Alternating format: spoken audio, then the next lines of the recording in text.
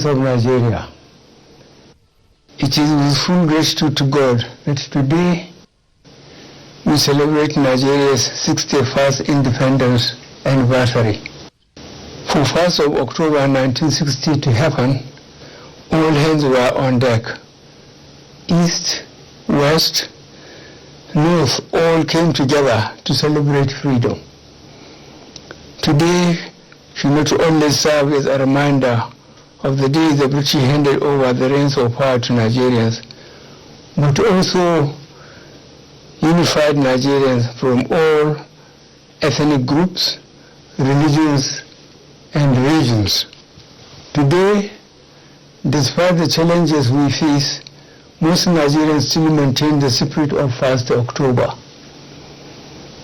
That positive outlook and determination to make Nigeria a peaceful and prosperous nation. It is due to this collective attitude that Nigeria definitely continues to remain a united and indivisible nation. Fellow Nigerians, the first 18 months have been some of the most difficult periods in the history of Nigeria. Since the Civil War, I doubt whether we have seen a period of more heightened challenges than what we have witnessed in this period. Our original priorities for 2020 were to continue stabilizing our economy following the deep recession while restoring peace in areas confronted with security challenges. But the COVID-19 pandemic and its devastating impact on all nations meant we needed to shift gears and re-strategize. Nigerians came together as one to fight against COVID-19. It is this attitude, and by the sufficient grace of God, we continue to survive the pandemic as a nation and indeed provide leadership and example at regional and international levels. The doomsday scenario predicted for our country never came. Even as the Delta variant continues to spread, we have built the capacity we need to respond now and into the future.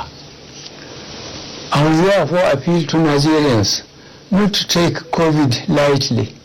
Adhere to public health and social measures. Put your mask on and get vaccinated.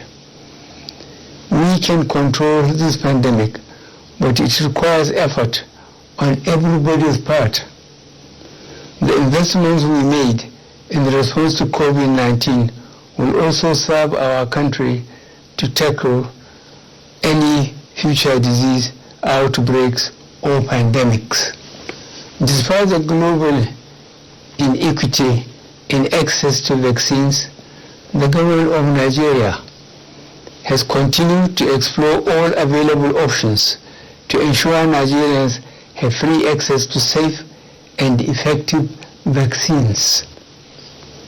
Some 5 million vaccine doses have been administered to Nigerians through efforts led by the National Primary Healthcare Development Agency, and we will continue to explore options for purchase or acquisition of vaccines such as through COVAX and the African Vaccine Acquisition Trust.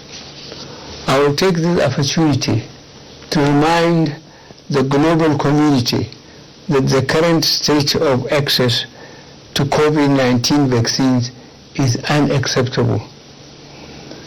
We cannot afford a situation where a handful of countries keep the global vaccine supply to themselves at the expense of other nations. We must act now to accelerate equitable distribution of COVID-19 vaccines. This is the message I conveyed to the international community in New York last week. As we wish to source vaccine for our immediate needs, we shall invest more to support our pharmaceutical and research agencies to come up with ideas for locally developed vaccines. Should another pandemic arise in the future, our question is simple. Will Nigeria be ready? Accordingly, I have directed the Ministries of Finance, Budget and National Planning, Health, Education, Science and Technology to work with Nigerian and international pharmaceutical companies and research organizations to enhance Nigeria's domestic pharmaceutical capacity. Already, the Nigerian Sovereign Investment Authority is raising a $200 million United States dollars fund for this initiative that will complement the Central Bank of Nigeria's ongoing 85 billion naira healthcare sector research and development intervention scheme to support local researchers in the development of vaccines and drugs to combat communicable and non-communicable diseases, including COVID-19.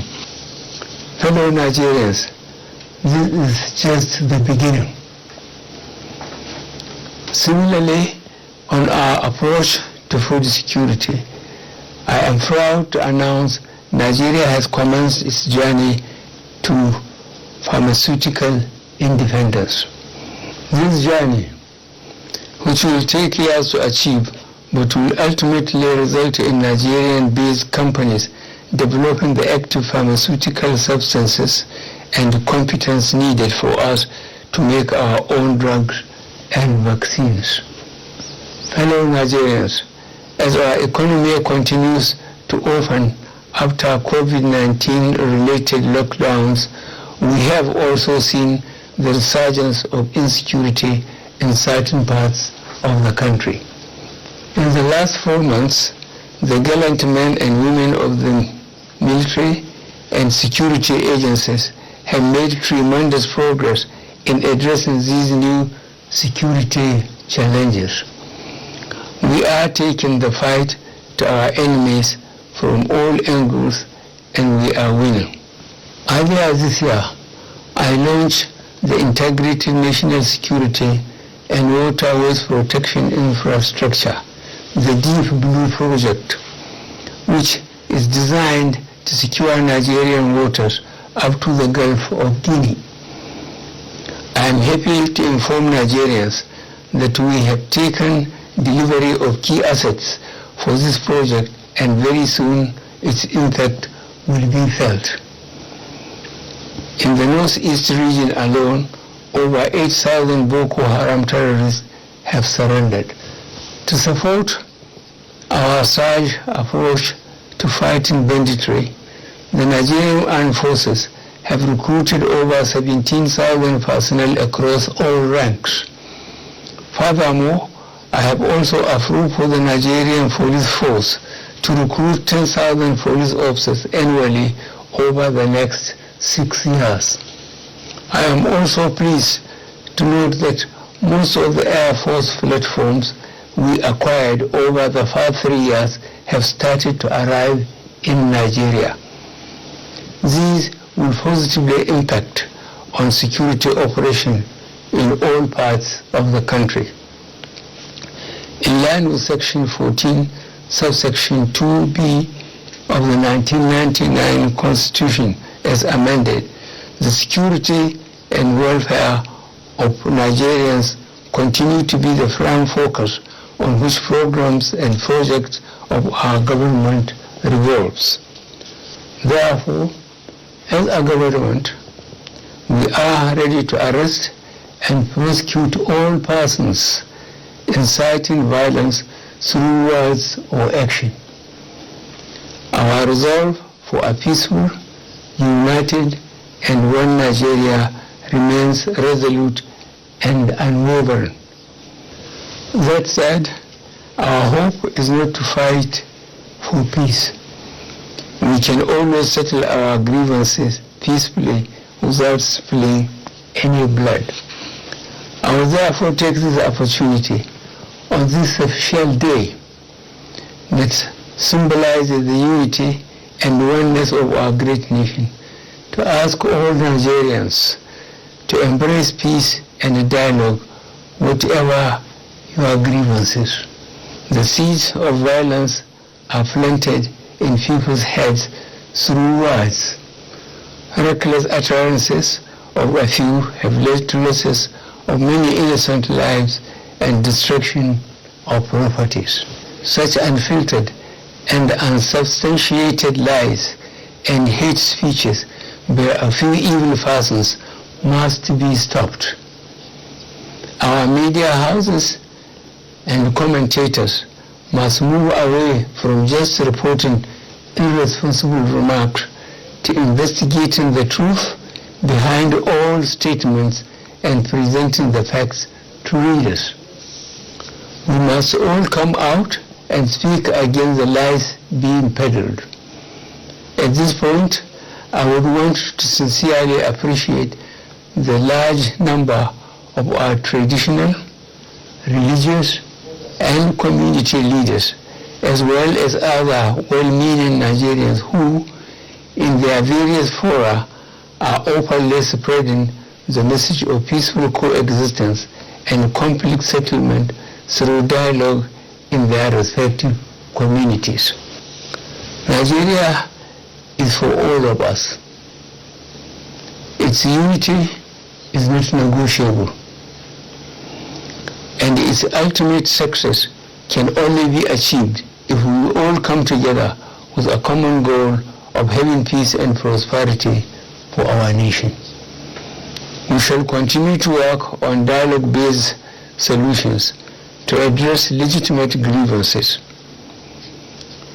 but we remain ready to take decisive actions against secessionist agitators and their sponsors who threaten our national security.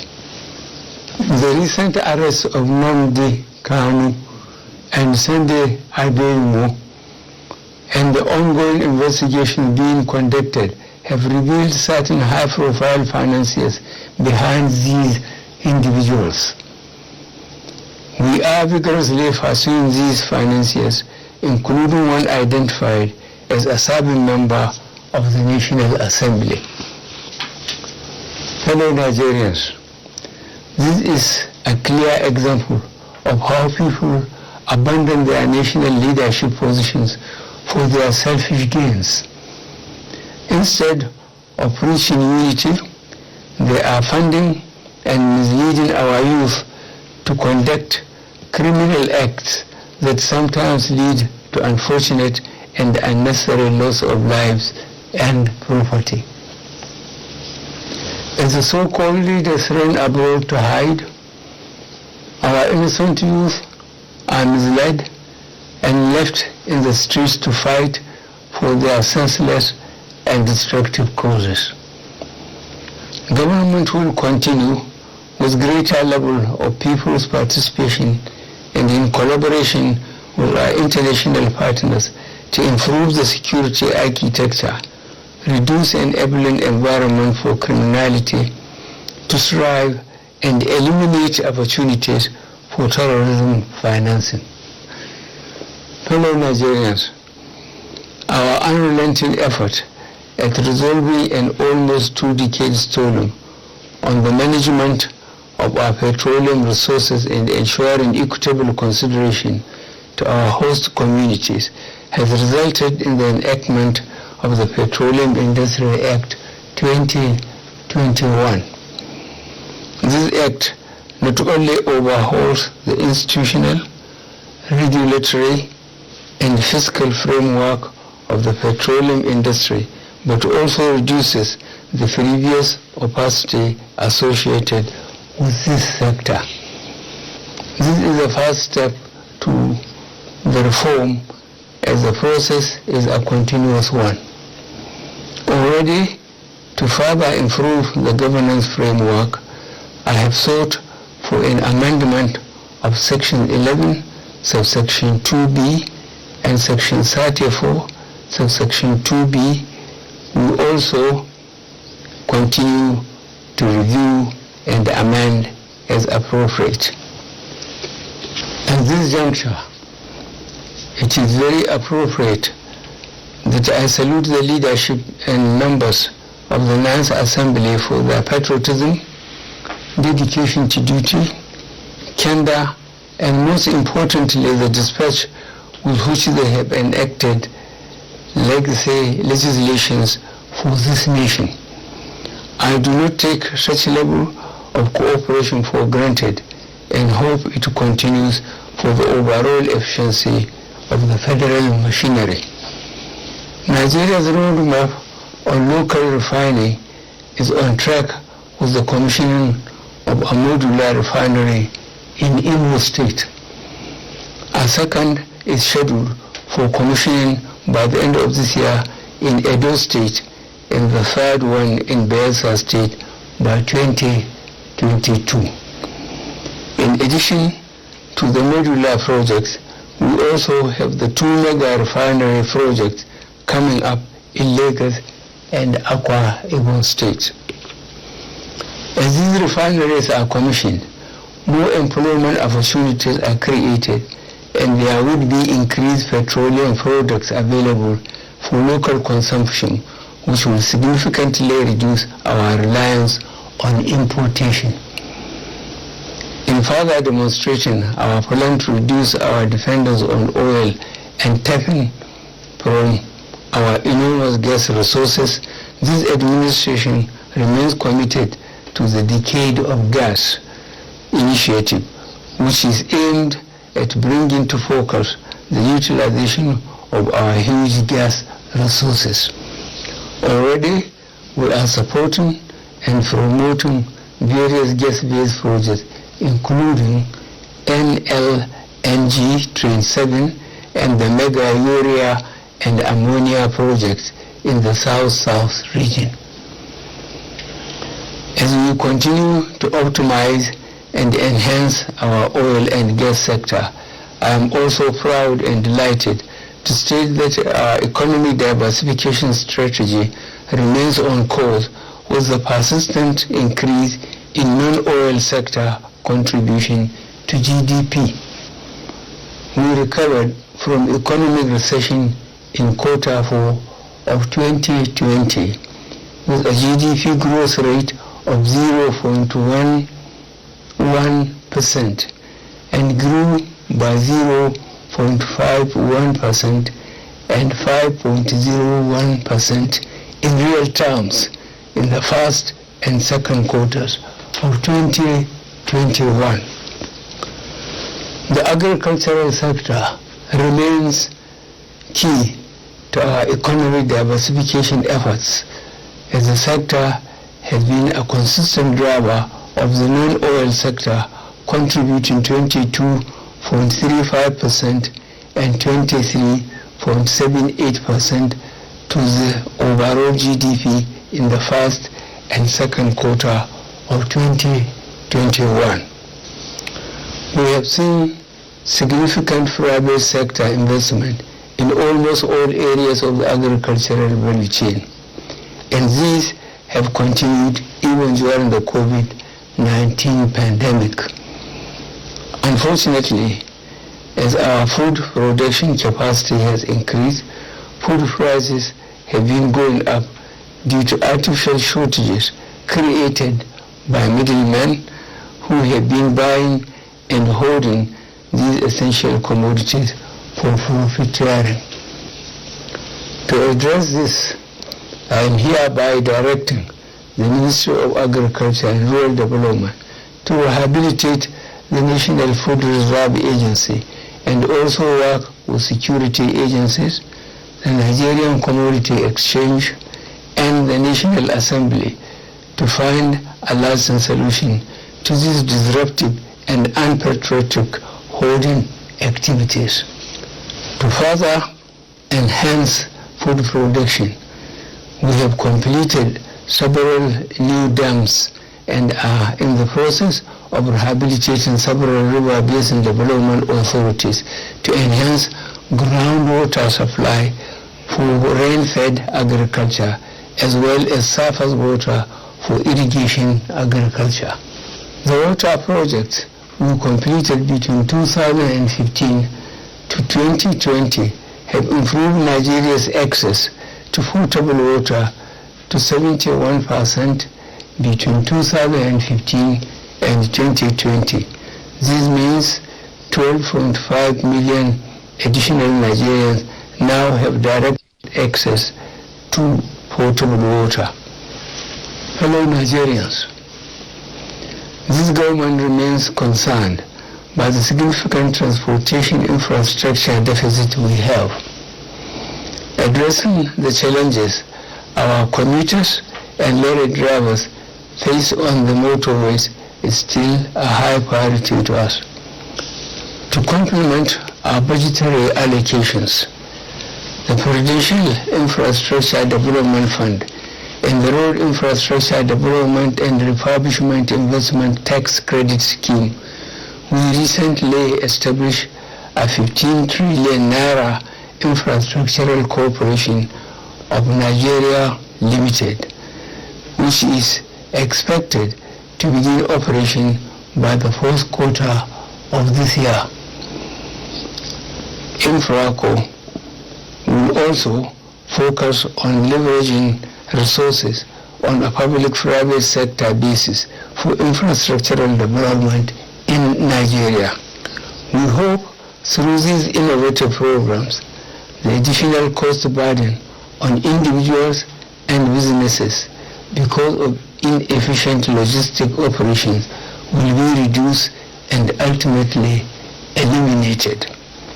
We currently have over 13,000 kilometers of roads and bridges under construction all over the country, of which a fair percentage have been completed. As we fix our roads, we also continue to extend and upgrade Nigeria's railway network with the notable opening of the Buhari to Itape standard gauge rail line. To increase capacity, we have introduced more locomotives, coaches, and wagons, including the establishment of our wagon assembly in Kajola, Ogun State. The seaports, however, still remain problematic. The effect of our various interventions to reduce the gridlock and inefficiencies have been slower than expected. However, the implementation of the electronic call-up system, as well as the conversion of the Lily Pond container terminal to a vehicle transit area will further enhance the ease of cargo evacuation. Our prioritization of developing Nigeria's digital economy has positively impacted the contribution of the ICT sector to our GDP. We hope our present efforts to ensure all Nigerians use a national identification number, as well as our planned rollout of the fifth generation network technology, will ensure we stay in line with the global innovation curve as a nation. As we embrace the digital economy in Nigeria, we are fully aware of the prospects and the perils. Our policies have been developed to enable Nigerians to take advantage of the prospects and avoid the perils of digital technologies. Social media is a very useful platform that has enabled millions of Nigerians to connect with loved ones, promote their businesses, socialize, and access news and other information. However, recent events have shown that the platform is not just an innocuous platform for information dissemination. Rather, some users have misused the platform to organize, coordinate, and execute criminal activities, propagate fake news, and promote ethnic and religious sentiments. To address these negative trends, the federal government of Nigeria suspended the operation of Twitter in Nigeria on June 5, 2021 to allow the government put measures in place to address these challenges. Following the suspension of Twitter operations, Twitter Incorporated reached out to the federal government of Nigeria to resolve the impasse. Subsequently, I constituted a presidential committee to engage Twitter to explore the possibility of resolving the issue. The committee, along with its technical team, has engaged with Twitter and have addressed a number of key issues. These are A. National security and cohesion, B. Registration, physical presence and representation, C. Fair taxation, D. Dispute resolution, and E. Local content. Following the extensive engagements, the issues are being addressed, and I have directed that the suspension be lifted, but only if the conditions are met to allow our citizens continue to use the platform for business and positive engagements. As a country, we are committed to ensuring that digital companies use their platform to enhance the lives of our citizens, respect Nigeria's sovereignty, cultural values, and promote online safety. Nigeria's progressive diplomacy continues to manifest through growing numbers of highly placed Nigerians in positions of regional and global influences. Very recently, Nigeria won election for the position of Commissioner for the Expanded Political, Peace and Security Affairs of the African Union. Our persistent calls for a reorganized and reformed ECOWAS to make the organization citizen-sensitive paid off with the acceptance by the authority of heads of state and government of ECOWAS to commence the agreed reforms in the organization ahead of the next election of the organization principal officers in December this year. As the African Development Bank, World Trade Organization, and indeed the United Nations footprints of Nigeria's diplomacy are clearly evident. We remain confident that our goal of lifting 100 million Nigerians out of poverty in 10 years is achievable. Considering the positive impact of our social investment programs, I recently approved an increase in the number of Empower program beneficiaries from 500,000 to 1 million.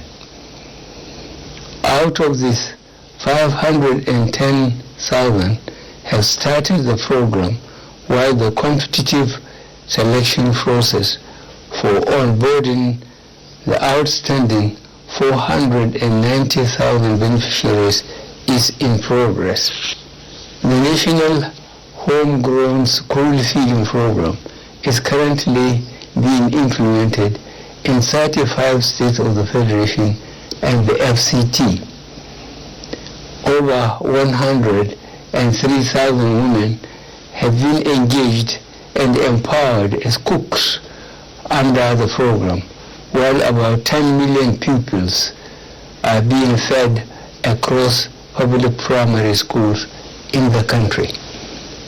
To grant increased access to credit to the most poor and vulnerable, I have directed an increase in the disbursement of government enterprise and empowerment program loans to an additional 1 million beneficiaries, laying more emphasis on the small-holding farmers through the Farmers' Money Program. Fellow Nigerians, for far too long we have neglected the centrality of the civil service as the engine of governance, and this has manifested in ineffective service delivery. There is widespread discontent and disillusion about the efficiency and probity of our civil service. It is for this reason that we are refocusing the Nigerian civil service to provide world-class service to run our country. The youth of this great country remain propellants for our today and provide guarantees that we will have a secure tomorrow. It is for this reason that I remain focused on expanding opportunities for their participation in politics and governance. Recent appointments of young people into positions of authority and their track record so far gives me confidence that we need to bring more of them into governance, and this I promise to do. More specifically, to encourage girl-child education, female scholarship schemes, life skills, and digital literacy skills to boost girls' enrollment, retention, and completion of schooling are all initiatives put in place to ensure gender balance in appropriately positioning our youth for positions of leadership. The commitment of this administration to the well-being of people living with disabilities remain unwavering. Government recognizes their contributions to development, and I have in this regard directed all relevant government agencies pay special attention to the peculiarities of different abilities in the implementation of policies and programs. Rape and gender-based violence remains a sore point in our nation, as in many countries worldwide, and this was worsened during and after the outbreak of the COVID-19 pandemic. We are currently engaging heads of courts to establish specialized courts for the speedy and seamless trial of rape gender-based offenses, especially to ensure that justice is done for child victims of sexual violence. On the other hand, work has advanced in the reformation, reintegration, and reunification of minors involved in one crime or the other. The reformation in our correctional services has manifested in an increase in modernized custodial centers and a transformation from strictly punitive to attitudinal changes so that criminals do not relapse into their previous lifestyles.